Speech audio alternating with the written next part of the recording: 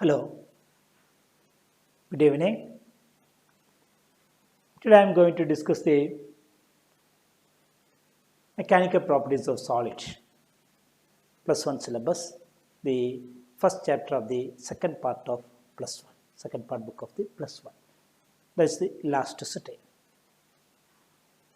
Okay, let us start. So what is the concept of the solids?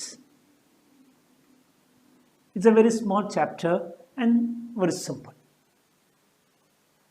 Solids എന്ന് പറയുമ്പോൾ we know matter is divided into three groups: solids, liquid, gas. In that, solids means the molecules are very compact, very rigidly clamped. It can vibrate only. It cannot move faster. In liquids, the molecules will move. In gases, molecules will move. But in solids, the molecules are rigid in its position. When its energy increases, it vibrates that only. And there will be the strong intermolecular attraction. On the basis of the intermolecular attraction, there is a particular property developed in the solids, that is the elasticity. It is not obeyed by the liquids or gases. Let us go through it. ആദ്യം നമ്മൾ പഠിക്കാൻ പോകുന്നത് ഈ സോളിഡ്സിന്മേൽ നമ്മൾ കൊടുക്കുന്ന force അനുസരിച്ച് അതിനുണ്ടാകുന്ന ചില ചേഞ്ചുകൾ. When we apply a mechanical force on it, means ഒന്ന് വലിച്ചു നീട്ടുക, പ്രസ് ചെയ്യുക, ഇടിക്കുക, അടിക്കുക, പരത്തുക, അതൊക്കെ ചെയ്യുമ്പോൾ that means mechanical forces, or in the technical language called mechanical stresses. അത് കൊടുക്കുമ്പോൾ സോളിഡ്സിൽ എന്താണ് സംഭവിക്കുന്നത്? It is classified as there are three types of deformation. എന്ന് പറഞ്ഞാൽ 3 തരം വ്യത്യാസമാണ് സോളിഡ്സിൽ നമ്മൾ ക്ലാസിഫൈ ചെയ്തെടുക്കുന്നത്. സോളിഡ്സിൻ്റെ ആകെയുള്ള വ്യത്യാസങ്ങളെ 3 ഗ്രൂപ്പുകളാക്കി തിരിക്കുന്നു. ഒന്ന്, അപ്പോൾ ഈ ചാപ്റ്റർ മുഴുവൻ ഈ 3ൻ്റെ ഗ്രൂപ്പുകളായിട്ട് അങ്ങ് പോകും കേട്ടോ. ഒന്ന്, ലീനിയർ ചേഞ്ച്. ലീനിയർ ചേഞ്ച് നമ്മൾ കൊടുക്കുന്ന force, suppose it is a linear force. Linear force എന്താണ്? ലെങ്ത് വൈസ് അല്ലെങ്കിൽ breadth wise. Linear breadth wise ആണെങ്കിൽ തിരിച്ചറിയാൻ ചിലപ്പോൾ ലാറ്ററൽ എന്ന് പറഞ്ഞേക്കാം. രണ്ടും ഒന്നൊക്കെ തന്നെയാണ് ലീനിയർ ഫോഴ്സ്. ഒരു വയറിനറ്റത്ത് ഞാനൊരു ഫോഴ്സ് കൊടുക്കുന്നു. ഐദർ എ സ്ലോട്ടഡ് വെയിറ്റ്, ഒരു വെയിറ്റ് തൂക്കിയിടാം, അല്ലെങ്കിൽ കൈ കൊണ്ട് പിടിച്ചു പിടിക്കാം. ഫോഴ്സ് കൊടുക്കുമ്പോൾ ഇതിന് നീളം കുറച്ച് കൂടിയേക്കാം, കൂടാതിരുന്നേക്കാം. അപ്പോൾ നമ്മൾ പറയുന്നു ലെങ്ത് ചേഞ്ച്, ലീനിയർ ചേഞ്ച്. അല്ലെങ്കിൽ ഞാൻ തിരിച്ചു കൊടുത്തു കഴിഞ്ഞാൽ, ഫോഴ്സ് ഇങ്ങനെ കൊടുത്തു കഴിഞ്ഞാൽ സൈഡ് വൈസ് എന്തുണ്ടാകും? അല്ലെ, ഒരു വയറിൻ്റെ നീളം കൂടുമ്പോൾ ഒന്ന് വണ്ണം കുറയും, തിക്നെസ് കുറയും, കംപ്രഷൻ. ഇപ്പോൾ സൈഡ് വൈസ് കംപ്രഷൻ ഉണ്ടാക്കാം. അപ്പോൾ length may increase, length may decrease. Okay, so whenever we apply a linear force, its length may change, length may change, or length increases or length decreases. Everything is called a linear change. അപ്പോൾ linear ചേഞ്ചിന് കാരണക്കാരൻ ഏത് ഫോഴ്സാണ്? Linear force. Linear force, longitudinal force, lateral force എന്ന പേരിലൊക്കെ ഇതറിയപ്പെടുന്നു. 2,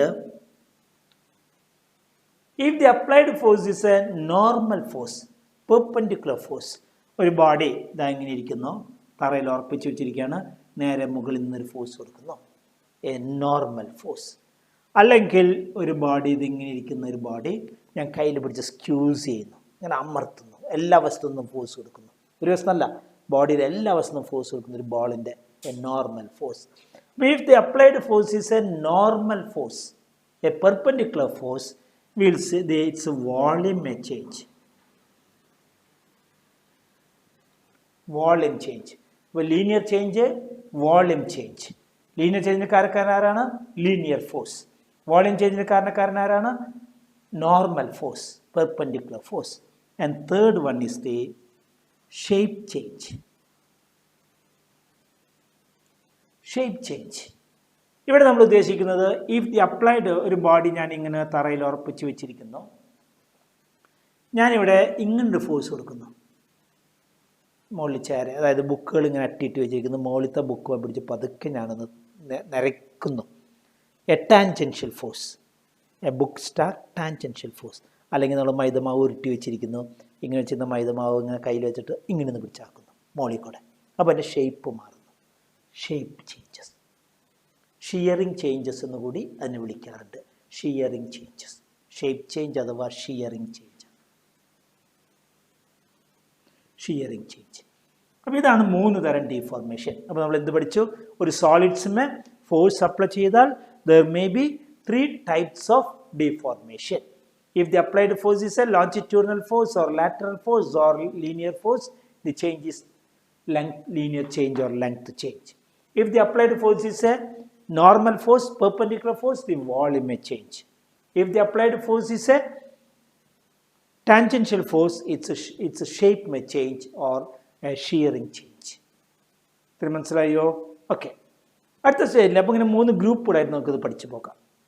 അടുത്ത സ്റ്റേജിൽ നമ്മൾ അപ്ലൈ ചെയ്യുന്ന ഫോഴ്സ് ഇതിലത്തെ ഏത് കാറ്റഗറി ആയാലും what happens in the body when we apply a mechanical force on solid, what are the things happening inside the body? It may be linear force, it may be normal force, it may be tangential force. In all cases, എന്നാൽ example ഞാനൊരു body ഇങ്ങനെ എടുക്കുന്നു, ഒരു wire എടുക്കുന്നു, ഇതിനകത്തൊക്കെ molecules ഉണ്ട്. Molecules R rigidly packed എന്ന് പറഞ്ഞു, molecules are with strong intermolecular attraction എന്ന് പറഞ്ഞു.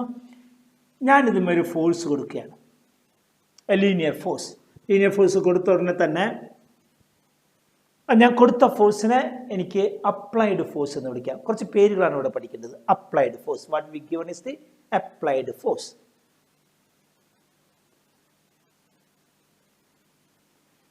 ഈ അപ്ലൈഡ് ഫോഴ്സ് ബോഡിയിലേക്ക് എത്തുമ്പോൾ ബോഡിയുടെ ഷേപ്പോ നീളമോ വീതിയോ ഒക്കെ മാറാൻ പോവാണ്. Sometimes there may be a deformation of the material of the body. So this applied force when it is getting inside the body it is called a deforming force. ഞാൻ കൊടുത്ത ഫോഴ്സിൻ്റെ ഉദ്ദേശം ഒരു ഡീഫോർമേഷനാണ്. അതുകൊണ്ട് ഞാൻ കൊടുത്ത അപ്ലൈഡ് ഫോഴ്സിനെ എനിക്ക് ഡീഫോമിംഗ് ഫോഴ്സ് എന്ന് വിളിക്കാം. Applied force will B same as deforming force. രണ്ട് ഈക്വലാണ്, പേരിൽ മാത്രമേ വ്യത്യാസമുള്ളൂ. ഞാൻ കൊടുത്തത് കൊണ്ട് അതിനെ അപ്ലൈഡ് എന്ന് ഞാൻ വിളിച്ചു. അയാൾ അവിടെ ഒരു വ്യത്യാസം വരുന്നത് കൊണ്ട് അവരതിനെ ഡീഫോമിംഗ് ഫോഴ്സ് എന്ന് വിളിച്ചു. Both are same. ഓക്കെ, ഈ ഡീഫോമിംഗ് ഫോഴ്സ് ചെല്ലുമ്പോൾ ഈ മോളിക്യൂൾ പതുക്കെ ഇങ്ങോട്ട് നീങ്ങാൻ തുടങ്ങില്ലേ? ഈ ഒരു ലെയർ മോളിക്യൂൾ കുറച്ചും കൂടി നീങ്ങാൻ തുടങ്ങുന്നു. കാരണം ഞാൻ പിടിച്ചു വലിക്കുകയാണ്, മോളിക്യൂൾ നീങ്ങാൻ തുടങ്ങുന്നു. ഓക്കെ, അപ്പോൾ റീസ്റ്റോറിംഗ് ഫോഴ്സിന്റെ ഡ്യൂട്ടി എന്താണ്? To slip the molecules. ഉടനെ തന്നെ മോളിക്യൂൾസിലൊരു ഫോഴ്സ് ഡെവലപ്പ് ചെയ്യും. നേരത്തെ പറഞ്ഞ ഇവിടെ സ്ട്രോങ് ഇന്റർമോളിക്കുലർ അട്രാക്ഷൻ ഉണ്ട്. മോളിത്തെ മോളിക്യൂൾസ് ഈ മോളിക്യൂൾസ് നീങ്ങാൻ സമ്മതിക്കില്ല. There will be a strong intermolecular attraction. Due to the strong intermolecular attraction, there develops a force called restoring force. Restoring force.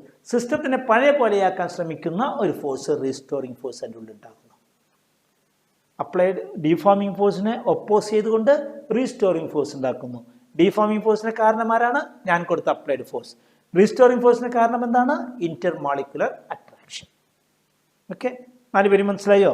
Intermolecular attraction അല്ലെങ്കിൽ intermolecular force. 4 പേര്. Intermolecular force restoring force ഉണ്ടാക്കി, applied force deforming force ഉണ്ടാക്കി. ഇവർ നമ്മൾ നല്ല ജഗടയായിട്ട് അതിൻ്റെ അകത്തിരിക്കുന്നു. ഇത്രയും പേരുകൾ മനസ്സിലായോ? ഇനി അടുത്തൊരു പേര് നമ്മൾ പഠിക്കുന്നു.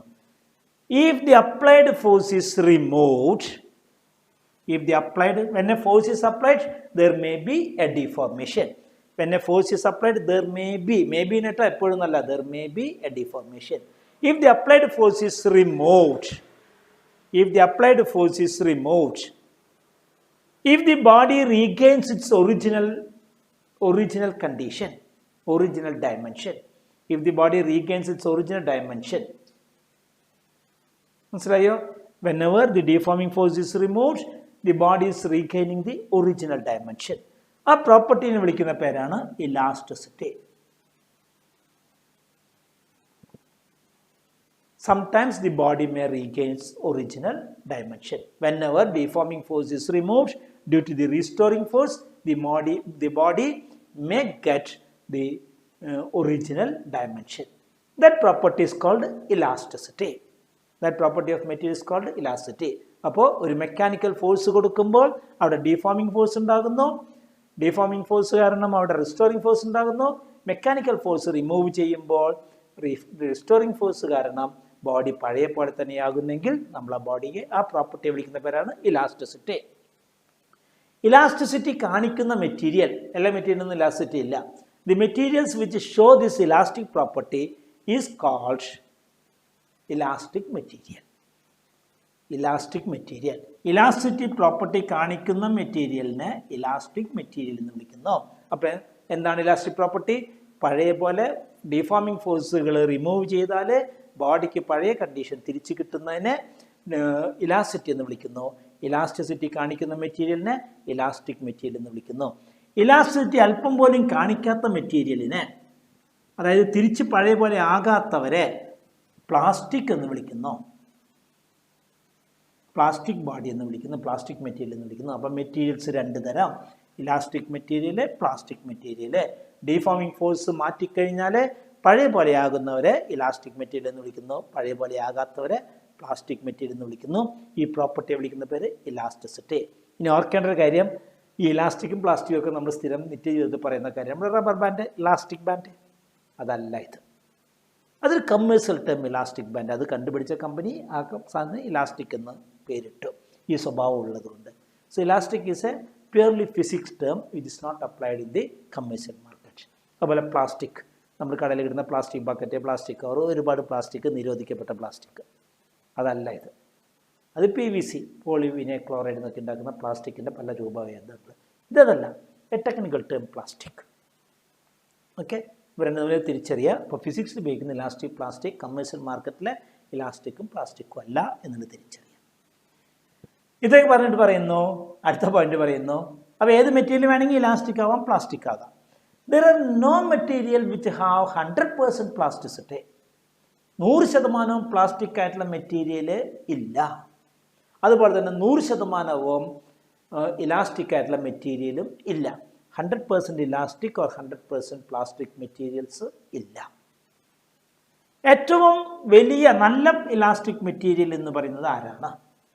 ഏറ്റവും നല്ല ഇലാസ്റ്റിക് മെറ്റീരിയൽ എന്ന് പറയുന്നത് ആരാണ്? നമുക്കറിയാം, നല്ല ഇലാസ്റ്റിക് അല്ലേ, റബ്ബർ ബാൻഡ് നല്ല ഇലാസ്റ്റിസിറ്റിയാണ്. അല്ല.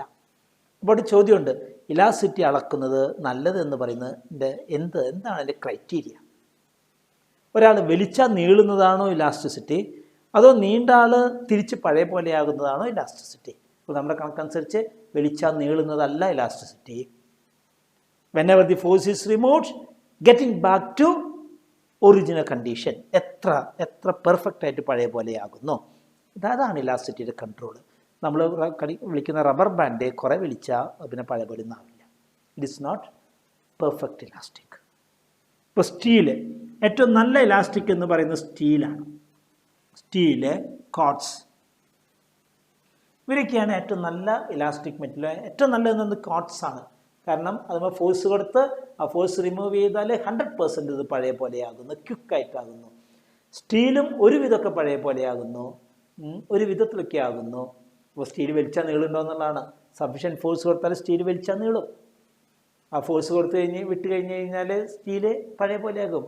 നമ്മൾ വലിച്ച് സ്റ്റീലിനെ നീട്ടുന്നത് കണ്ടിട്ടില്ലെങ്കിലും കണ്ടിട്ടുള്ളൊരു രംഗം നിങ്ങൾ എപ്പോഴും സ്റ്റീൽ വളയുന്നത് കാണുന്നത് എങ്ങനെയാണെന്ന് ഞാനൊക്കെ കാണുന്നത് ആദ്യമായിട്ട് നമ്മുടെ സ്പോർട്സിൽ പോൾ വാൾട്ട് എന്നൊക്കെ സംഭവമുണ്ട് അല്ലേ, വലിയൊരു വടി ഇങ്ങനെ കുത്തിപ്പിടിച്ച് വടിയുമൊക്കെ അപ്പുറത്ത് ചാടുന്നത്. നമ്മളൊക്കെ ഞങ്ങളുടെയൊക്കെ കുട്ടിക്കാലത്ത് മുളവടി അല്ലെങ്കിൽ അങ്ങനത്തെ സാധനങ്ങളൊക്കെ ഉപയോഗിക്കുക. പിന്നെ ഫൈബർ ഗ്ലാസ് വരാൻ തുടങ്ങി, സ്റ്റീല്, ഫൈബർ ഗ്ലാസ് പോലെ ഇലാസ്റ്റിക് മെറ്റീരിയൽ വരാൻ തുടങ്ങി. അപ്പോൾ ആ വടി ഇങ്ങനെ കുത്തിക്കഴിഞ്ഞ് വടിയുമ്പോൾ പൊങ്ങുമ്പോൾ അതിങ്ങനെ വളഞ്ഞ് പഴയ പോലെയാകുന്ന ഒരു രംഗമൊക്കെ കാണാൻ പറ്റും TV-കളിൽ. അപ്പോൾ അതാണ് പറഞ്ഞത്, steel highly elastic, quartz highly elastic, fibre glass highly elastic. എല്ലാ ഗ്ലാസും പ്ലാസ്റ്റിക് അല്ല, പൊട്ടുന്നവരല്ല. പൊട്ടാത്ത ഗ്ലാസ് ഉണ്ട്, ഇലാസ്റ്റിറ്റി ഉള്ള ഗ്ലാസ് ഉണ്ട്, ഇതൊക്കെ ഫൈബർ ഗ്ലാസ്. ഇനി പ്ലാസ്റ്റിക് മെറ്റീരിയൽ ഏറ്റവും പേര് കേട്ടവരാരൊക്കെയാണ്? ഭയങ്കരമായിട്ട് പ്ലാസ്റ്റിസിറ്റി കാണിക്കുന്നവർ wax highly plastic, clay is highly plastic. അതുകൊണ്ടാണ് ക്ലേ കൊണ്ട് ഷേപ്പ് ഉണ്ടാക്കാൻ പറ്റുന്നത്, വാക്സ് കൊണ്ട് ഷേപ്പ് ഉണ്ടാക്കാൻ പറ്റുന്നത്. അല്ലെങ്കിൽ മൂക്ക് പോലെ ഇങ്ങനെ അമർത്തി കൈയെടുത്ത പഴയ പോലെയാവേ. നമ്മുടെ ശില്പി കളിമണ്ണ് ഉണ്ടാക്കിയിട്ട് ഷേപ്പ് ഉണ്ടാക്കിയിട്ട് ഇങ്ങനെ പതുക്കെ തട്ടി മുഖത്തിൻ്റെ ഷേപ്പ് ഇടുന്ന കൈയെടുത്തിട്ട് പഴയ പോലെയാത്ത അവസ്ഥ എന്ന് ആലോചിച്ച് നോക്കിയാൽ റബ്ബർ അങ്ങനെയാണല്ലോ. അപ്പോൾ വാക്സ് അങ്ങനെയല്ല, ഷേപ്പിലൊക്കെ നമുക്ക് ഉണ്ടാക്കാൻ പറ്റും.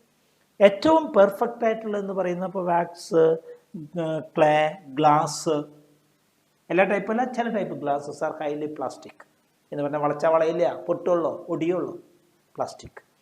ഏറ്റവും നല്ല പ്ലാസ്റ്റിക് മെറ്റീരിയൽ എന്ന് പറയുന്നത് പരീക്ഷയ്ക്ക് ചോദിക്കാറുണ്ട്, പുട്ടി. പുട്ടി എന്ന് പറഞ്ഞ സാധനമാണ് ഏറ്റവും നല്ല പ്ലാസ്റ്റിക് മെറ്റീരിയലായിട്ട് ഇന്നിപ്പോൾ എൻകൗണ്ടർ ചെയ്തിരിക്കുന്നത്. എന്താ പുട്ടി? മലയാളത്തിൽ തന്നെ മക്ക് എന്ന് പറയും. മക്ക് വെച്ച് അടയ്ക്കാന്ന് പറയും. ഇപ്പോൾ ആ വാക്കൊന്നും ഉപയോഗിക്കുന്ന എല്ലാവരും പുട്ടി തന്നെ ഉപയോഗിക്കും. ഇവിടെ ചുമരൊക്കെ തേക്കുമ്പോൾ പെയിൻ്റ് അടിക്കുന്നതിന് മുന്നേ ഒരു സാധനം ഇട്ട് ഉരച്ച് മിനുസപ്പെടുത്തുന്നത്, അതാണ് ഈ പുട്ടി എന്ന് പറഞ്ഞ സാധനം. പിന്നെ പെൺകുട്ടികൾക്ക് നന്നായി അറിയാം പുട്ടി എന്ന് പറയുന്നത്. ഞങ്ങൾ കളിയാക്കെങ്കിലും പറയും, മേക്കപ്പിന് ചെല്ലുമ്പോൾ മുഖത്തെ കുഴികളൊക്കെ അടയാനായിട്ട് സാധനം വെച്ച് അമർത്തി അടച്ചടച്ച് ഉരച്ച് ശരിയാക്കുമ്പോൾ ആ ഷേപ്പൊക്കെ കിട്ടി സിനിമ നടി പോലെയാകുമ്പോൾ that material is called commercially called putty. അവർ പല പേരിലൊക്കെ അറിഞ്ഞു പറഞ്ഞാലും commercially it is not as putty. ഏത് ഷേപ്പിലേക്ക് വേണമെങ്കിൽ ഉരച്ച് ഷേപ്പ് ചെയ്തെടുക്കാൻ പറ്റുന്ന സാധനം. സോ അപ്പോൾ ഷേപ്പ് ചെയ്തെടുക്കാൻ പെട്ടെന്ന് ഷേപ്പ് ചെയ്യാൻ പറ്റുന്നവരൊക്കെ ഓൾമോസ്റ്റ് പ്ലാസ്റ്റിക്. പ്ലാസ്റ്റിക് ആയാലും വളയുക വലിച്ചാൽ നീളമൊക്കെ പ്ലാസ്റ്റിക്കിൻ്റെ പ്രോപ്പർട്ടിയാണ്. ഓക്കെ, അപ്പോൾ അങ്ങനെ മെറ്റീരിയൽസ് നമ്മൾ ക്ലാസിഫൈ ചെയ്യുന്നു. അടുത്തത് ഇലാസ്റ്റിസിറ്റിയിൽ ഉപയോഗിക്കുന്ന ചില ടെക്നിക്കൽ ടേംസിലേക്ക് നമ്മൾ കിടക്കുകയാണ്. ഇലാസ്റ്റിസിറ്റിയുടെ കൺസെപ്റ്റുകൾ അധികം ഡെവലപ്പ് ചെയ്ത രണ്ട് ശാസ്ത്രജ്ഞന്മാരാണ് Robert Hooke, Thomas Young. Robert Hooke ചൂണ്ടിയിട്ട് വലിക്കുക, ചൂണ്ടക്കാരനായിരിക്കുക, ചില പദവുകളിലൊക്കെ പേര് കിട്ടിയത്. തോമസ് യങ്ങിനെ നമുക്ക് വേണമെങ്കിൽ തോമസ് കുട്ടി എന്ന് വിളിക്കാം അല്ലേ, യങ് തോമസ് കുട്ടി. അപ്പോൾ ഈ തോമസ് യങ് പറഞ്ഞു, ഒരു മെറ്റീരിയലിൻ്റെ ഇലാസ്റ്റിക് പ്രോപ്പർട്ടീനെ കൺട്രോൾ ചെയ്യുന്നത് കുറേ പാരാമീറ്റേഴ്സ് ഉണ്ട്. ആ ഫോഴ്സ് മാത്രമൊന്നുമല്ല, കുറേ പാരാമീറ്റേഴ്സ് ഉണ്ട്. അപ്പോൾ അയാൾ ചില ഗ്രൂപ്പ് ചെയ്ത് അവിടെ ഒരു പ്രത്യേക ടേം പുതുതായിട്ട് ഇൻട്രൊഡ്യൂസ് ചെയ്തു. ആ ടേമിനെ സ്ട്രെസ് എന്ന് വിളിക്കുന്നു. ഇലാസ്റ്റിസിറ്റിയിൽ ഒരു പുതിയ ടേം ഇൻട്രൊഡ്യൂസ് ചെയ്ത് അയാളെ സ്ട്രെസ് എന്ന് വിളിക്കുന്നു. അയാളത് ഇൻട്രൊഡ്യൂസ് ചെയ്തതിന് ശേഷം ഇപ്പോൾ എല്ലാവർക്കും ആ ടേം ഭയങ്കര ഇഷ്ടമാണ് അല്ലേ, നമ്മൾ പറയും. അത് രണ്ട് ടേമാണ് അയാൾ ഇൻട്രൊഡ്യൂസ് ചെയ്തത്, stress, strain, two new terms. ഇത് നമ്മൾ ഏറ്റവും കൂടുതൽ ഉപയോഗിക്കുന്ന ഒരു വാക്കാണ്. ഭയങ്കര ടെൻഷൻ, സ്ട്രെസ് ഭയങ്കരമാണ്, എന്തൊരു സ്ട്രെയിൻ ആണെന്നൊക്കെ നമ്മളെല്ലാവരും പറയുന്ന വാക്കാണ്. ഇപ്പോൾ സ്ട്രെസ്, സ്ട്രെയിൻ എന്നൊക്കെ പറഞ്ഞാൽ ടെൻഷൻ്റെ ഒരു വകഭേദമായിട്ട് എല്ലാവരും പറയുന്നു. So what is actually stress means? Okay, in physics what is the stress? So stress is a new quantity introduced in the elasticity and it is defined as the applied force per area. Stress is the force applied per area. Force per area is called stress. Okay, അപ്പോൾ എൻ്റെ unit എന്ത് വരണം? ഫോഴ്സിൻ്റെ unit newton, area per metre square. Newton per metre square ആണ് സ്ട്രെസ്സിൻ്റെ unit വരുന്നത്. Okay, then നേരത്തെ പറഞ്ഞ 3 തരം ഡിഫോർമേഷനുകളാണ് നമ്മൾ പഠിക്കുക എന്ന് പറഞ്ഞപ്പോൾ നമ്മൾ പറയുന്ന 3 തരം സ്ട്രെസ്സുകളെ കുറിച്ച് നമുക്ക് പഠിക്കണം. We have to study 3 types of stresses. ഒന്നാമത്തേത് ഒരു stress associated with linear force. Linear ഫോഴ്സുമായി ബന്ധപ്പെട്ട സ്ട്രെസ്സിനെ അല്ലെങ്കിൽ ലെങ്ത് ചേഞ്ചുമായി ബന്ധപ്പെട്ട സ്ട്രെസ്സിനെ നമുക്ക് ലീനിയർ സ്ട്രെസ് എന്ന് വിളിക്കാം. So they are called linear stress. So, എന്താണ് linear stress? Stress is the force per area generally. If the applied force is a linear force, there may be a length change and the stress associated with it is called linear stress. The stress associated with the length change is called linear stress. രണ്ടാമത്തെ force ഏതായിരുന്നു? Volume, the normal force. Normal force കൊടുത്താലേ volume change ചെയ്യുന്നു. So the stress associated with the normal force or volume change is called the volume stress. Is called volume stress. Okay, volume stress ഇതുപോലെ ഫോർമുലയ്ക്ക് എന്താണ്? Force by area തന്നെ, പക്ഷേ force normal force ആയിരിക്കും. Force will be the normal force. അപ്പോൾ this will be the linear force. ഇവിടെ എന്തായിരിക്കും? Normal force divided by area. പക്ഷേ normal force divided by area ചെറിയ ക്ലാസ്സിൽ മറ്റൊരു പേര് പഠിച്ചിട്ടുണ്ട്. ഇൻ ജനറൽ സോളിഡ്സിൽ, ഇത് സോളിഡ്സിൽ മാത്രം ഉപയോഗിക്കുന്ന വാക്കാണ്. In general in physics will say normal force per area is called pressure. അപ്പോൾ പ്രഷറും വോളിയം സ്ട്രെസ്സും ഒന്ന് തന്നെയാണ്. Pressure, normal force by area is the volume stress particularly in this chapter. In general the normal force by area is the pressure. ഇനി മൂന്നാമത്തേത് എന്താണ്? Shape change, tangential force. The stress associated with the tangential force or shape change that we can call as the shearing stress. Shearing stress, shape stress എന്ന് പറയുന്നില്ല, shearing stress. The stress associated with the tangential force or the shape change is called a shearing stress. അവിടെ നമ്മൾ force by area തന്നെ ഉപയോഗിക്കുന്നു. Tangential force by area, normal force by area, linear force by area. Okay, അപ്പോൾ 3 എണ്ണം കിട്ടി. Now we are passing to the next concept.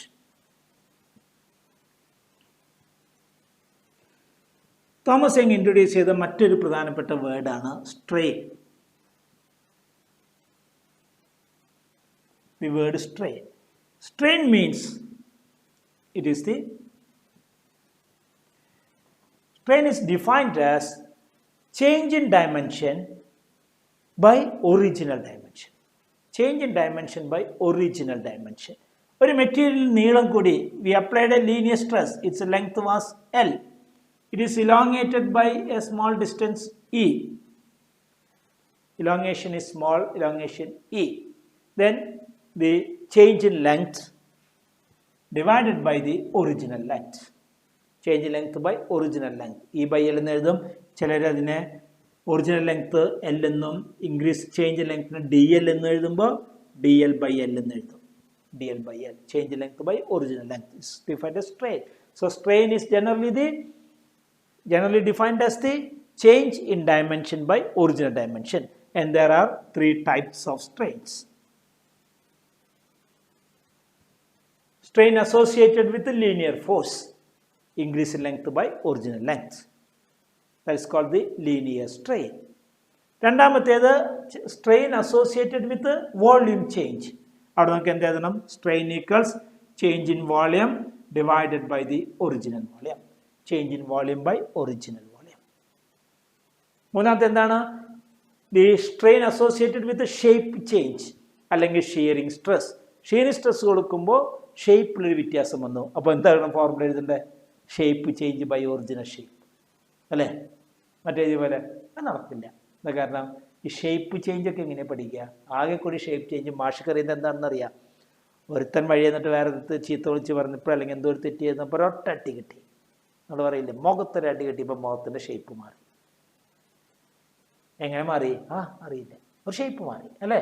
അതല്ല ഇവിടെ പറയുന്നത്. We want physical quantities. അങ്ങനെ വരുമ്പോൾ നമ്മൾ ചെയ്യുന്നത് എന്താണ്?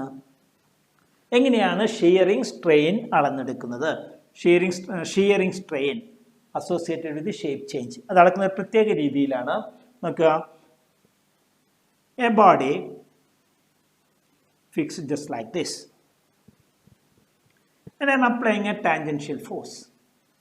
Tangential force അപ്ലൈ ചെയ്യുന്നു. ടാൻജൻഷ്യൽ ഫോഴ്സ് അപ്ലൈ ചെയ്തപ്പോൾ ഇതിങ്ങനെ പതുക്കെ ചെരിഞ്ഞു.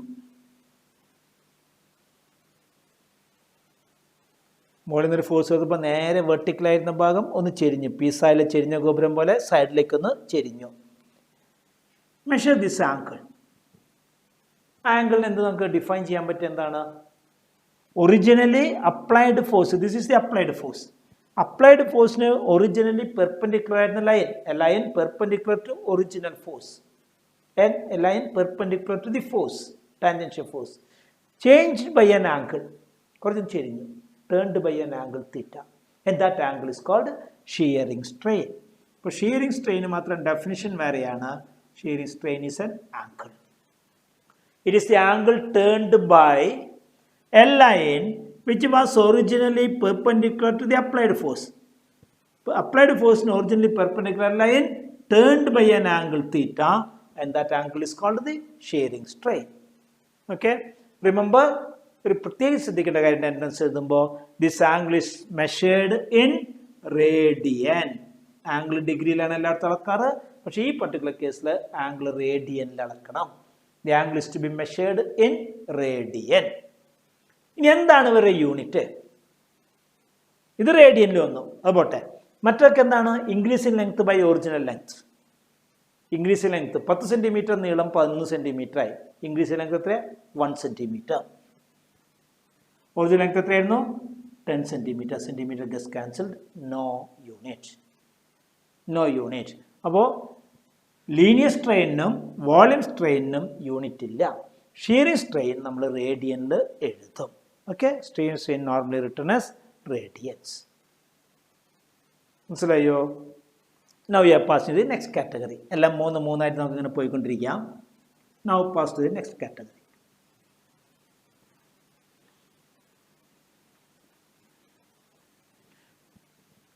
റോബർട്ട് ഹുക്ക്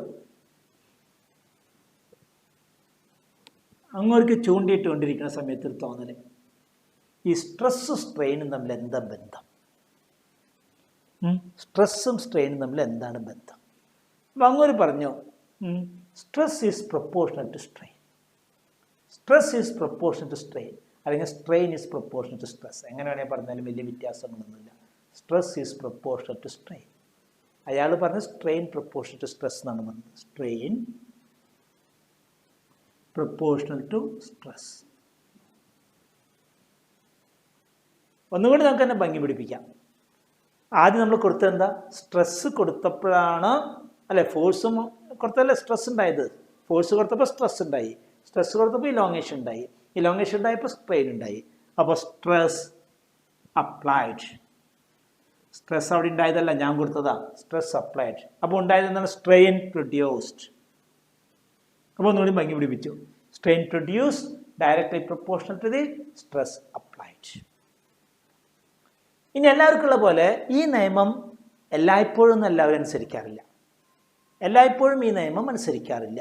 റബ്ബർ ബാൻഡ് ഞാൻ ഒന്ന് വലിച്ചു വിട്ടു, പഴയ പോലെ പോയി സ്ട്രെസ്സും സ്ട്രെയിനൊക്കെ കണ്ടു. കുറച്ചുകൂടി വലിച്ചു വിട്ടു, പഴയ പോലെ പോയി സ്ട്രെസ് സ്ട്രെയിനൊക്കെ വിട്ടു. ഒന്നുകൂടി വലിച്ചു, റബ്ബർ ബാൻഡ് പൊട്ടി, പഴയ പോലെ ആയില്ല. അപ്പോൾ നമ്മൾ ഇലാസ്റ്റിക് ലിമിറ്റ്, ആ പൊട്ടണ വരെയുള്ള ലിമിറ്റ്. എല്ലാ മെറ്റീരിയലിനും ഒരു ലിമിറ്റ് ഉണ്ട്, elastic limit. It will obey the rules of elasticity up to that force only. The maximum permissible force in which it will apply the rules of, it will obey the rules of elasticity. Beyond that force, it will not obey the rules of elasticity, and that boundary is called elastic limit. അത് നമുക്ക് പിന്നെ ഒന്നും discuss ചെയ്യാം. ഇവിടെ വാക്ക് മാത്രം പഠിച്ചാൽ മതി, elastic limit. അപ്പോൾ അയാൾ പറയുന്നു, ഈ റൂൾ ഒബേ ചെയ്യുന്നത് ആരാണ്? Within elastic limit. അപ്പോൾ നമുക്ക് റൂളിന് ഒരുമിച്ച് പറയാൻ പറ്റുമല്ലോ. ഇങ്ങനെ പറയാൻ പറ്റുന്നൊക്കെ, within elastic limit, strain produced, within elastic limit, strain produced is directly proportional to the stress applied. Within elastic limit, strain produced is directly proportional to stress applied, and this is called Hooke's law.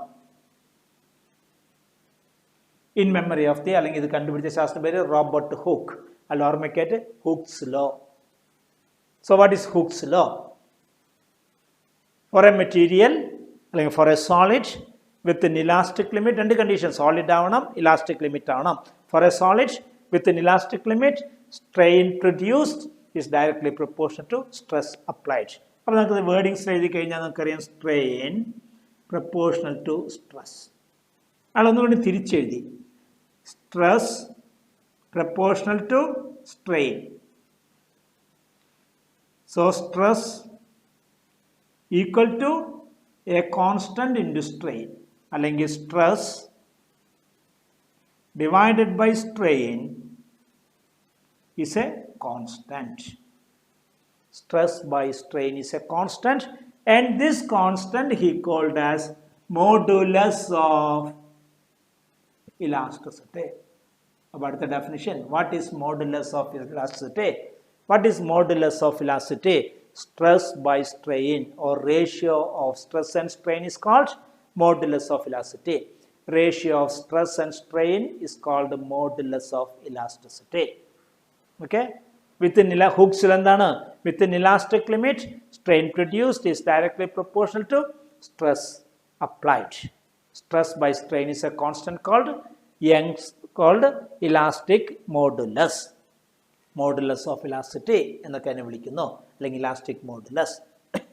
3 തരം സ്ട്രെസ്സുകളും 3 തരം സ്ട്രെയിനുകളും ഉള്ള കാരണം 3 തരം modulus of ഇലാസ്റ്റിസിറ്റികളുണ്ട്. There are 3 types of modulus of elasticity, അല്ലെങ്കിൽ moduli. Plural moduli എന്നാണ്. ഇലാസ്റ്റിറ്റിക്ക് അല്ല പ്ലൂറല്, മോഡുലസിനാണ് പ്ലൂറല്. മോഡുലൈ ഓഫ് ഇലാസ്റ്റിറ്റി 3 എണ്ണം ഉണ്ട്. ഓരോന്നറിയാൻ നോക്കാം. 1, modulus of elasticity associated with linear change. Linear stress, linear strain, linear change, linear force. അതുമായി അസോസിയേറ്റ് ചെയ്ത മോഡുലസ് എന്ത് എഴുതാം? അപ്പോൾ നമുക്ക് ഇങ്ങനെ എഴുതാം, linear stress divided by linear strain Linear stress divided by linear strain is a constant called Young's modulus. Young's modulus, written as capital Y, in memory of Thomas Young, who invented the major parts of the elasticity. Young's modulus. This fellow did this practical experiment. Practically linear stress by. So what is Young's modulus? It is the modulus elasticity related to linear force, linear stress, linear strain, etc. It is defined as the ratio of linear stress and linear strain. It is called Young's modulus. Why? Now, formula. Suppose we have a material wire. I am applying a force or pulling it downward with a force F. Its length is L. When a force is applied, it is elongated by E. It is elongated by E. Applied force F. Cross-sectional area A. So what is linear stress? Linear stress. Applied force by area. Applied force divided by the area. Linear strain. Linear strain. Increase in length by original length.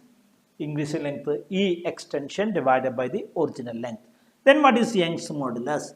Young's modulus equals stress by strain F by A divided by E by L, or F by A into L by E. This is the formula for Young's modulus, FL by AE. Force in Pagaram Nan is the mere baramana ketitangel, M masana ketitangel, force will be mg. Force will be mg. So this equation will be changed as mgl by A. But try to study this by heart. The applied force, Young's modulus equals applied force into length, original length by cross-sectional area into increasing length. Okay. Now come to the second category.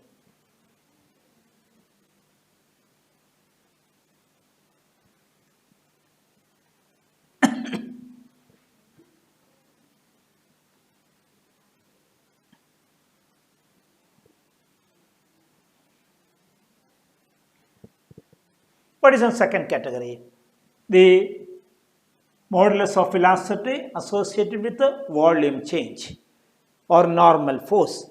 Normal force, volume change, stress and elastic modulus. Volume stress divided by volume strain. Group volume stress by volume strain is called bulk modulus. B K bulk modulus. So what is bulk modulus? It is the ratio of volume stress to volume strain. Volume stress to volume strain is called bulk modulus. Okay? Bulk modulus. In bulk modulus, we have formula a body, a force is applied. A normal force is applied. And A is the cross-sectional area. So volume stress will be force by area. Strain will be change in volume dV by original volume V. Or we can write it as FV by AdV.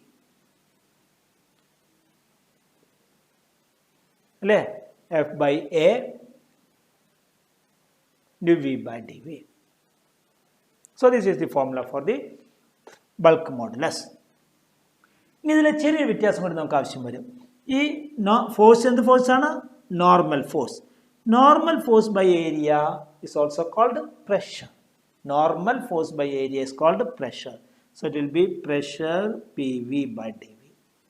F by A. Volume stress is pressure and the pressure by in the force by area is called pressure. ഇനി board examination കൂടാതെ എൻട്രൻസിൽ മാത്രം ചോദിക്കുന്ന ഒരു ഭാഗം ഇവിടെയുണ്ട്. അതെന്താണെന്ന് വെച്ച് കഴിഞ്ഞ് കഴിഞ്ഞാൽ suppose I applied the force tan slightly inclined. ഒരു ഇൻക്ലൈൻഡ് ഫോഴ്സ് ആണ് കൊടുത്തതെന്ന് എഴുതാം. ഇൻക്ലൈൻഡ് ഫോഴ്സ് ആംഗിൾ വേണമെങ്കിൽ വെർട്ടിക്കലിൽ നിന്ന് എഴുതാം, സൈഡിൽ നിന്ന് വേണമെങ്കിൽ എഴുതാം. ഇവിടെ നിന്ന് വേണമെങ്കിൽ തീറ്റ എഴുതാം. ഇൻസിഡന്റ് ആംഗിൾ എന്ന് തന്നെ വിളിക്കും. ഈ ആംഗിളാണ് എഴുതുന്നതെങ്കിൽ ഗ്ലാൻസിങ് ആംഗിൾ എന്ന് വിളിക്കും. This angle is called glancing angle. എൻട്രൻസിൽ മാത്രമേ വരുള്ളൂ. ഇതാണെങ്കിൽ ഈ ആംഗിൾ ആണെങ്കിൽ ഇൻസിഡന്റ് ആംഗിൾ. ഫിസിക്സിൽ അധികം ഇൻസിഡന്റ് ആംഗിളാണ് നടക്കുക. കെമിസ്ട്രിക്കാർ എപ്പോഴും ഗ്ലാൻസിങ് ആംഗിളാണ് നടക്കുക, സർഫസുമായി ഉണ്ടാക്കുന്ന ആംഗിൾ. ഏതെങ്കിലും ആയിക്കൊള്ളട്ടെ. അപ്പോൾ നമ്മൾ ഇത്ര പറയുന്നു, suppose the applied force is inclined at an angle theta with vertical. അപ്പോൾ ഈ ഫോമിലേക്ക് എന്ത് വ്യത്യാസം വരും? Because we need the force which is perpendicular, but that force is not perpendicular. അപ്പോൾ നമ്മൾ ഇതിനെ പറയുന്ന ഫിസിക്സിന്റെ ടെക്നിക്ക് ഇതാണ്. ഈ ഫോഴ്സിനെ പതുക്കെ ഇങ്ങോട്ടും തിരിക്കുക, component. This is inclined, take its vertical component. Vertical component എന്തായിരിക്കും? ഇത് F ആണെങ്കിൽ this component will be, ഞാൻ ഒന്നുകൂടി വലുതാക്കി അവിടെ വരയ്ക്കാം. വെക്ടേഴ്സ് ചാപ്റ്ററിൽ പഠിച്ചിട്ടുണ്ടാവണത്.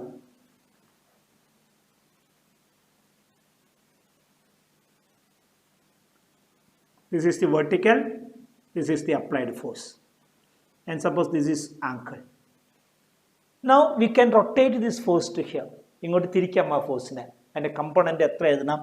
Instead of writing F, we have to write F cos theta. തീറ്റയോട് ചേർന്ന് കിടക്കുന്ന കമ്പോണന്റ് F cos theta. മനസ്സിലായോ? അപ്പോൾ തീറ്റ കിട്ടിയാൽ F cos theta എഴുതുക. This can be written as F cos theta V by A dV. എൻട്രൻസിൽ മാത്രം ഇത് ചോദ്യങ്ങൾ വരാറുണ്ട്. Instead of the vertical force, if the force is slightly inclined, we have to rotate this inclined force to vertical by using the resolution of the components of the vectors. So, if this is F, this will be F cos theta. ഈ ആംഗിളാണ് തന്നിട്ടില്ലെങ്കിൽ entrance പഠിക്കുന്നത് നന്നായി പഠിക്കുക. ഈ ആംഗിളാണ് തന്നിട്ടില്ലെങ്കിൽ horizontal component is F cos theta. Vertical component will be F sin theta. ആംഗിളിനോട് ചേർന്ന് കിടക്കുന്ന കമ്പോണന്റ് കോസ് കമ്പോണന്റ്, മറ്റേ കമ്പോണന്റ് സൈൻ കമ്പോണന്റ്. ഓക്കെ, അപ്പോൾ ഇത് ഉപയോഗിക്കേണ്ടി വരും.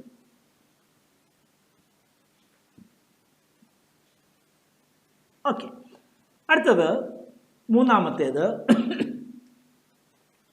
Shearing strain. അവിടെ നമ്മൾ എന്താ ചെയ്യുന്നത്? Suppose we have A body, I M applying A tangential force. So, the elastic modulus associated with the tangential force, അല്ലെങ്കിൽ shape change, it is slightly changed to an angle theta. This is the applied force. Then shearing stress. Shearing stress equals force by area. Shearing strain. Shearing strain theta. Then the ratio is called rigidity modulus.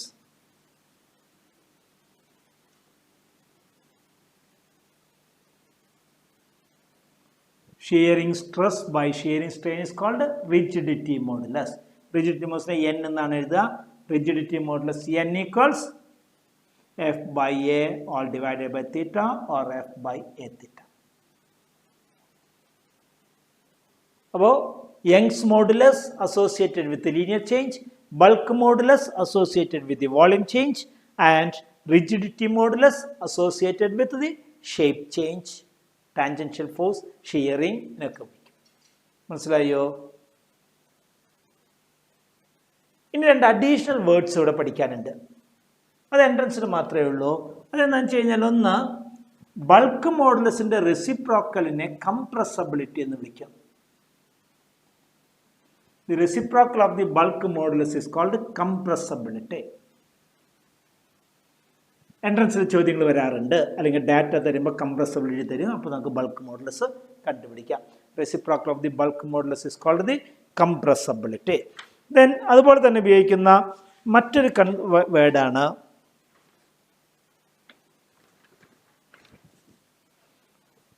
ഈ ഒരു ഒന്ന് ചെയ്ത് കാണിച്ചെന്നാലാവും ചിലപ്പോൾ നിങ്ങൾക്കത് മനസ്സിലാക്കാം.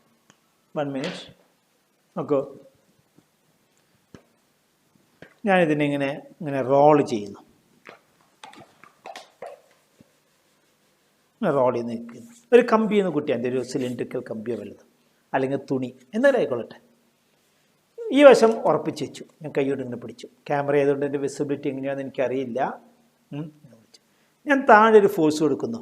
ആ ഫോഴ്സിനെ ഞാൻ പ്രത്യേകം എന്നെ മലയാളത്തിൽ പറയും പിരിക്കുക, ട്വിസ്റ്റിങ്. ഞാനിങ്ങനെ എങ്ങനെയാകുമ്പോൾ വരെ ഇങ്ങനെ പിടിച്ച് വെച്ചിരിക്കുന്നു. തിരിച്ചപ്പോൾ എന്തുണ്ടായി? ഞാൻ പിരിച്ച ഉടനെ ഈ ലൈൻ ഒറിജിനലി പെർപെൻഡിക്കുലർ, ഇനി പഴയേക്ക് നമ്മൾ ഷിയറിംഗിലേക്ക് വരാൻ പോവാണ്. A line which was originally perpendicular to the applied force. Tangential ഫോഴ്സിന് പറയുന്നത് ട്വിസ്റ്റിംഗ് ഫോഴ്സ്. ട്വിസ്റ്റ് ചെയ്യാൻ ശ്രമിച്ചപ്പോൾ a line originally perpendicular applied force turned by an angle.